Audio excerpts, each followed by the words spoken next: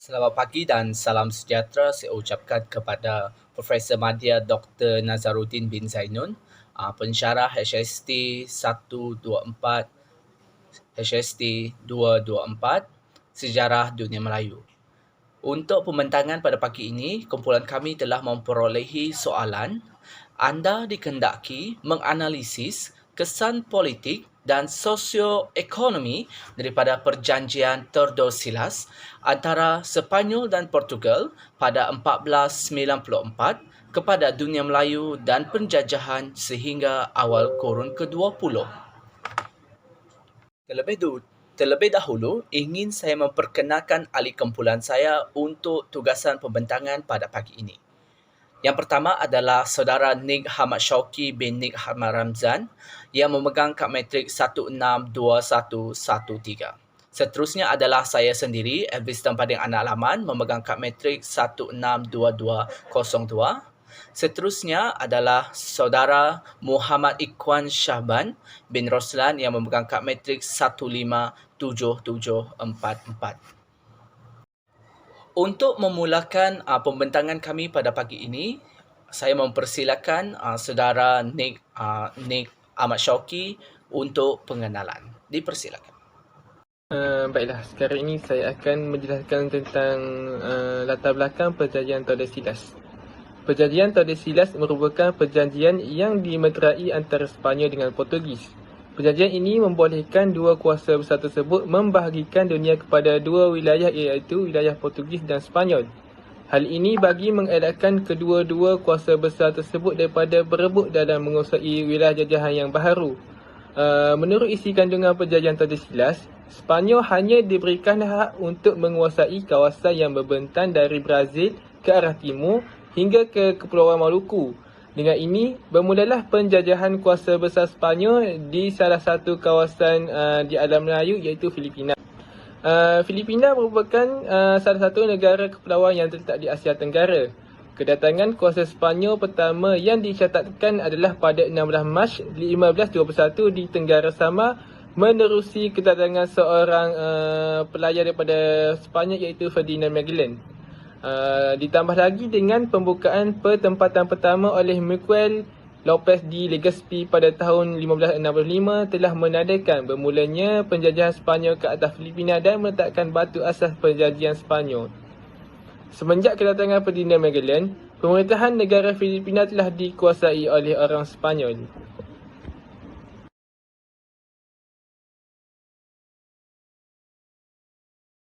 Berikutnya saya ingin menjelaskan tentang kesan politik perjanjian Tordesillas antara Sepanyol dan Portugal pada 1494 kepada dunia Melayu dan juga penjajah sehingga awal kurun ke-20. Sebelum kedatangan Sepanyol, sistem politik di Filipina hanya berdasarkan sistem barangay, iaitu sistem yang merupakan satu kumpulan keluarga dan bukannya satu masyarakat politik. Dalam sistem ini, masyarakat terbahagi kepada 4 golongan, iaitu Datu, Mahalika, Timagua dan Aliping. Namun, setelah kedatangan Sepanyol, kuasa besar tersebut telah melakukan banyak perubahan kepada lanskap politik di Filipina. Dalam struktur politik yang diperkenalkan oleh Sepanyol, rakyat Filipina tidak diberikan hak dan peluang untuk menerajui perkhidmatan negara. Hal ini bertentangan dengan kod jajahan Sepanyol di mana rakyat tempatan sepatutnya turut diberikan peluang dan tempat dalam pentadbiran kerajaan. Dapat dilihat di sini bahawa berlakunya ketidakadilan yang ketara oleh penjajah Sepanyol yang telah merampas hak masyarakat Filipina untuk turut serta dalam menjalankan pentadbiran negara. Semasa penjajahan, Raja Sepanyol telah melantik seorang Governor Jeneral yang bertindak sebagai ketua kerajaan. Governor Jeneral ini mempunyai kuasa yang terlalu luas yang merangkumi aspek legislatif, pentadbiran, kewangan, kehakiman dan juga merupakan seorang komander tentera. Hal ini menyebabkan Governor Jeneral tersebut mempunyai kuasa yang agak luas dan telah menyebabkan beliau melakukan penyelewengan dan penindasan terhadap rakyat kerana beliau amat berkuasa. Penyelewengan dan penindasan ini membolehkan Governor Jeneral untuk mengumpul kekayaan Filipina bagi kepentingan diri sendiri dengan melakukan rasuah. Buktinya, seorang Governor Jeneral yang bernama General Valerio Weller yang berkhidmat dari tahun 1888 hingga 1891 di Filipina telah pulang ke Sepanyol dengan membawa kekayaan bernilai 3 juta peso Filipina. Walaupun gaji Governor agak lumayan, namun agak mustahil sekiranya Governor tersebut mampu mengumpul wang sebanyak itu tanpa terlibat dengan amalan rasuah dan penyelewengan. Penyelewengan turut berlaku pada peringkat pentadbir berpangkat rendah yang turut melakukan rasuah kepada masyarakat Filipina. Sebagai contohnya, pentadbir berpangkat rendah seperti Alcide Mayor dan Gobernador Silo. Mereka juga mengamalkan rasuah seperti pengutipan cukai yang membebankan rakyat Filipina. Jelaslah, kedatangan penjajahan Sepanyol menyebabkan hak rakyat Filipina untuk mentadbir negara mereka sendiri telah dicerobohi. Sernya berlaku pertindahan kuasa. Perjanjian Tordesillas membawa kepada pertindahan kuasa antara Sepanyol dan Portugal di wilayah-wilayah yang telah dituntut oleh mereka. Kedua-dua kuasa Eropah ini berusaha untuk memperluaskan kuasa wilayah yang dinaungi mereka yang mengakibatkan pertempuran dan pertikaian di wilayah-wilayah seperti Filipina dan Borneo. Pertindahan ini telah memberi kegusaran politik dalam kalangan penduduk tempatan. Seterusnya berlaku penjajahan Eropah. Perjanjian Tordesillas juga membuka jalan bagi penjajah Eropah di dunia Melayu. Semasa ini, Portugal telah mengambil kawalan ke atas Melaka pada tahun 1511 dan Sepanyol mengambil alih kawalan ke atas Filipina pada tahun 1565. Penjajahan ini membawa kepada pengenalan sistem pentadbiran, undang-undang, ekonomi dan budaya Eropah ke dunia Melayu yang turut membawa perubahan dalam sistem politik tempatan.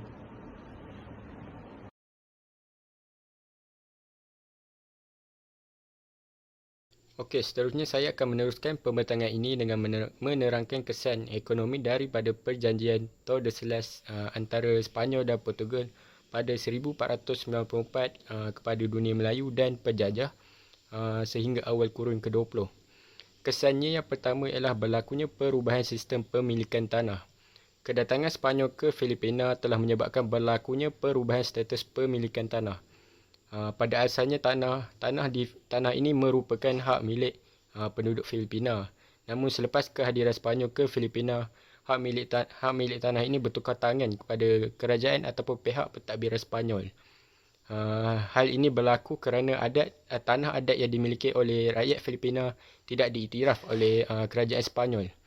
Oleh itu, kerajaan Sepanyol telah memperkenalkan serta mengubah cara dan sistem pemilikan tanah di Filipina.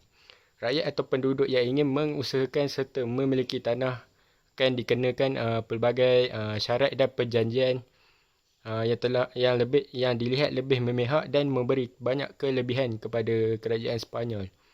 Antaranya ialah penduduk Filipina yang ingin mengusahakan dan memiliki tanah tersebut perlu mendapatkan kebenaran daripada pihak pentadbiran Sepanyol.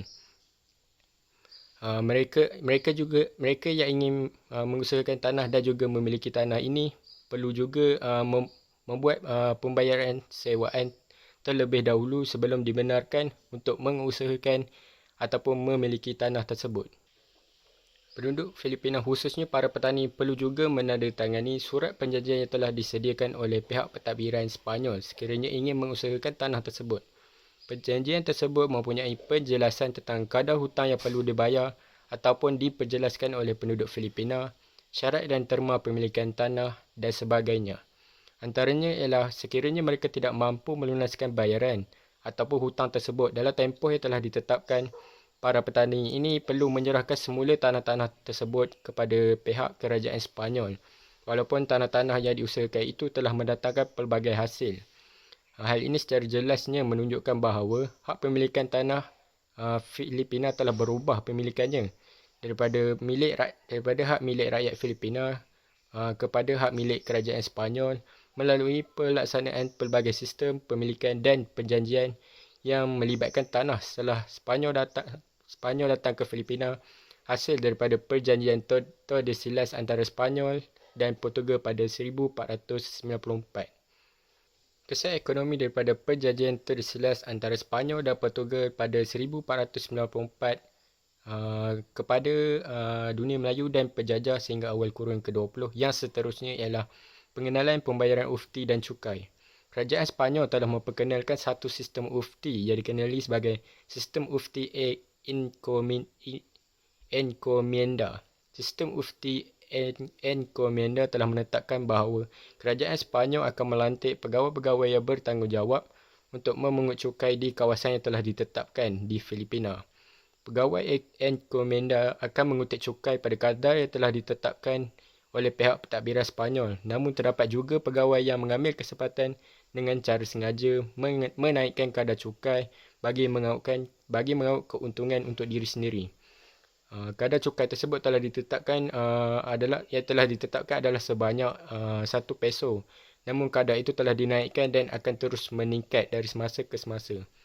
Penduduk Filipina terpaksa dan juga dipaksa untuk membayar cukai yang tinggi tersebut walaupun tidak dipersetujui oleh mereka dengan pelbagai cara, antaranya ialah dengan cara menggunakan kekerasan. Selain itu, kerajaan Sepanyol juga memperkenalkan sistem cukai cedula. Sistem cukai cedula merupakan cukai yang dikenakan kepada penduduk Filipina sebagai dokumen pengenalan diri penduduk Filipina. Cukai ini dikenakan kepada individu yang berumur 18 tahun ke atas. Harga cukai cedula berbeza mengikut taraf yang mampu dibayar oleh penduduk Filipina. Sekiranya penduduk ataupun individu tersebut tidak mampu membayar cukai cedula mengikut kadar yang telah ditetapkan, individu tersebut diwajibkan untuk menjadi buruh paksa dalam tempoh 15 hari bagi setiap tahun. Manakala sekiranya penduduk ataupun individu tersebut mampu membayar cukai cedula melebihi daripada kadar yang telah ditetapkan, pekerjaan mereka akan diringankan. Sebagai contoh, mereka boleh bekerja separuh masa daripada tempoh pekerjaan yang telah ditetapkan. Di sini dapat dilihat bahawa pengenalan pembayaran ufti dan cukai merupakan antara salah satu kesan ekonomi daripada perjanjian tersilas antara Sepanyol dan Portugal pada tahun 1494, di mana pengenalan ini telah mendatangkan banyak kelebihan kepada kerajaan ataupun pihak pentadbiran Sepanyol, di mana kerajaan Sepanyol berjaya mengaut keuntungan yang banyak daripada Filipina dalam pelbagai bentuk seperti eksploitasi hasil mahsul bumi, eksploitasi tenaga kerja atau buruh dan sebagainya. Namun ia juga banyak memberikan impak negatif kepada ekonomi dan juga taraf hidup rakyat Filipina. Okey, seterusnya saya akan sambung pembentangan yang mengenai kesan sosial perjanjian Tordesillas antara Sepanyol dan Portugal pada 1494 kepada dunia Melayu dan penjajah sehingga awal kurun ke-20. Untuk kesan sosial ini, saya akan mengutarakan 3 jenis kesan sosial yang dialami oleh masyarakat di Filipina pada masa tersebut. Yang pertama adalah berlakunya penyebaran agama Kristian ataupun penyebaran agama Kristian berlaku. Yang kedua adalah tidak berperi kemanusiaan. Yang ketiga adalah sikap tidak adil golongan padri ataupun fier. Okey. Kita lihat kepada kesan sosial yang pertama, iaitu penyebaran agama Kristian berlaku. Perjanjian ini jelas menunjukkan bahawa tujuan penjajahan kedua-dua kuasa barat ini untuk menyebarkan agama Kristian. Perjanjian Tordesillas sendiri telah ditetapkan oleh golongan gereja. Sepanyol berjaya mendominasi untuk menyebarkan agama Kristian kepada masyarakat dan membawa perubahan dari segi kehidupan sosial pada masa itu. Dan apabila kita melihat Sepanyol ini menekankan kepada konsep imperialisme, iaitu 3G, di mana 3G ini merupakan asas ataupun yang dikenali sebagai penjelajahan 3G, iaitu mementingkan kepada gold ataupun kekayaan, glory iaitu kejayaan, dan juga gospel iaitu penyebaran agama Kristian. Dan kita dapat lihat juga bahawa padri-padri turut serta dalam misi penjelajahan 3G Sepanyol. Padri digelar sebagai fiar. Fiar bertanggungjawab ataupun padri ini bertanggungjawab dalam penyebaran agama Kristian, tapi dalam masa yang sama turut melakukan penyelewengan dalam kalangan masyarakat. Ini jelas bahawa pada masa ini golongan padri ini terlibat sama dalam ekspedisi penjelajahan 3G Sepanyol.